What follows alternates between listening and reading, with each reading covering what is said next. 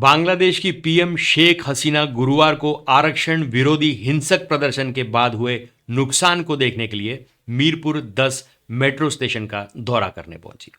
इस दौरान metro station में हुई तोड़फोड़ को देखकर शेख हसीना के आंसू निकल पड़े। शेख हसीना अपने आंसुओं को टिश्यू पेपर से पोंछते हुए नजर आई। मेट्रो स्टेशन की हालत देखकर हसीना ने कहा कि आम लोगों की सुविधा के लिए बनाई गई व्यवस्था के साथ कोई कैसे तोड़फोड़ कर सकता है। ऐसी कौन सी मानसिकता है जो उन्हें ऐसे काम कराती है।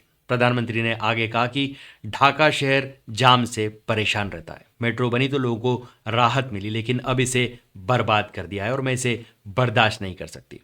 उनके इस बयान से लोगों का गुस्सा काफ़ी फिर से भड़क गया। शेख हसीना की रोते हुए तस्वीर सोशल मीडिया पर वायरल होने लगी, जिसमें उन्हें ट्रोल किया जाने लगा।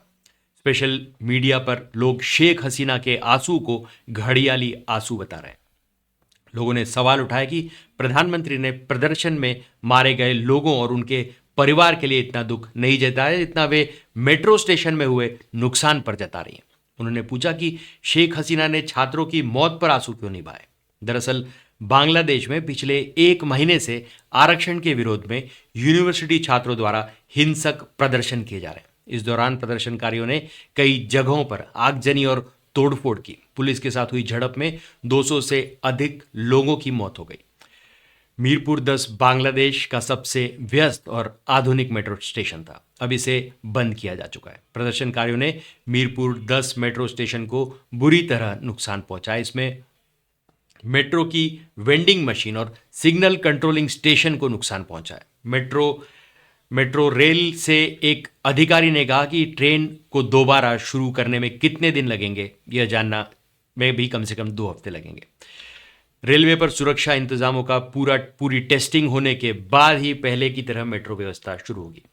बांग्लादेश की सरकार ने 2018 में अलग अलग कैटेगरी को मिलने वाला 56% आरक्षण खत्म कर दिया था, लेकिन इस साल 5 जून को वहां के हाईकोर्ट ने सरकार के फैसले को पलटते हुए दोबारा आरक्षण लागू कर दिया था। इसके बाद से ही बांग्लादेश में हिंसा का दौर शुरू हो गया। न्यूज एजेंसी एएफपी की रिपोर्ट के मुताबिक हिंसा में अब तक 200 से ज्यादा लोग मारे जा चुके हैं। हालात बिगड़ने के बाद सरकार ने पूरे देश में कर्फ्यू लगाते हुए प्रदर्शनकारियों को देखते ही गोली मारने के आदेश दिए थे।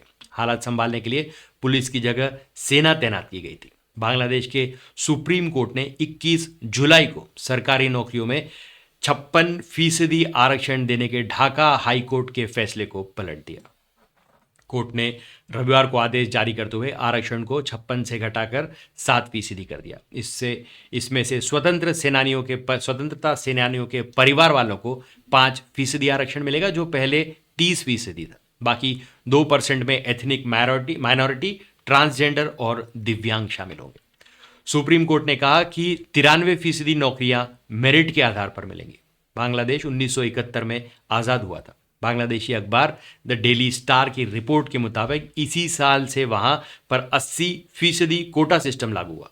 इसमें स्वतंत्रता सेनानियों के बच्चों को नौकरी में 30%, पिछड़े जिलों के लिए 40%, महिलाओं के लिए 10% आरक्षण दिया गया था।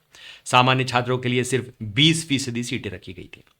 1976 में पिछड़े जिलों के लिए आरक्षण को 20% कर दिया गया। इसमें सामान्य छात्रों की सीटें 40% हो गई।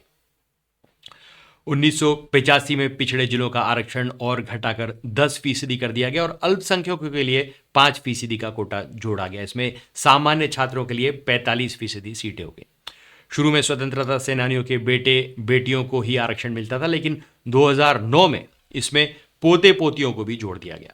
2012 विकलांग छात्रों के लिए भी 1% का कोटा जोड़ा गया। इससे कुल कोटा 56% हो गया है। तो आज के लिए बस इतना ही। तब तक के लिए हंसते रहें, मुस्कुराते रहें, स्वस्थ रहें, व्यस्त रहें और मस्त रहें। और जी हाँ, चैनल को भी ज़रूर सब्सक्राइब करें। धन्यवाद।